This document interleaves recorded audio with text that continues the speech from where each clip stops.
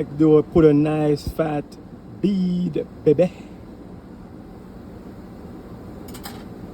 Nice fat bead. No nitrogen bleed. Yeah, it was just one joint, guys. That was not that serious.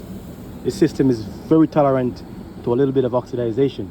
One joint right there, one joint right here, and I'm just gonna do the filter dryer. But come on now, like, just give me a break, yo. Nitrogen bleed, just for that?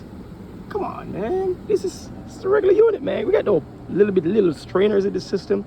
There's no ref nets. You know, come on, guys. Come on. Give me a break, man. Give me a break. Come on.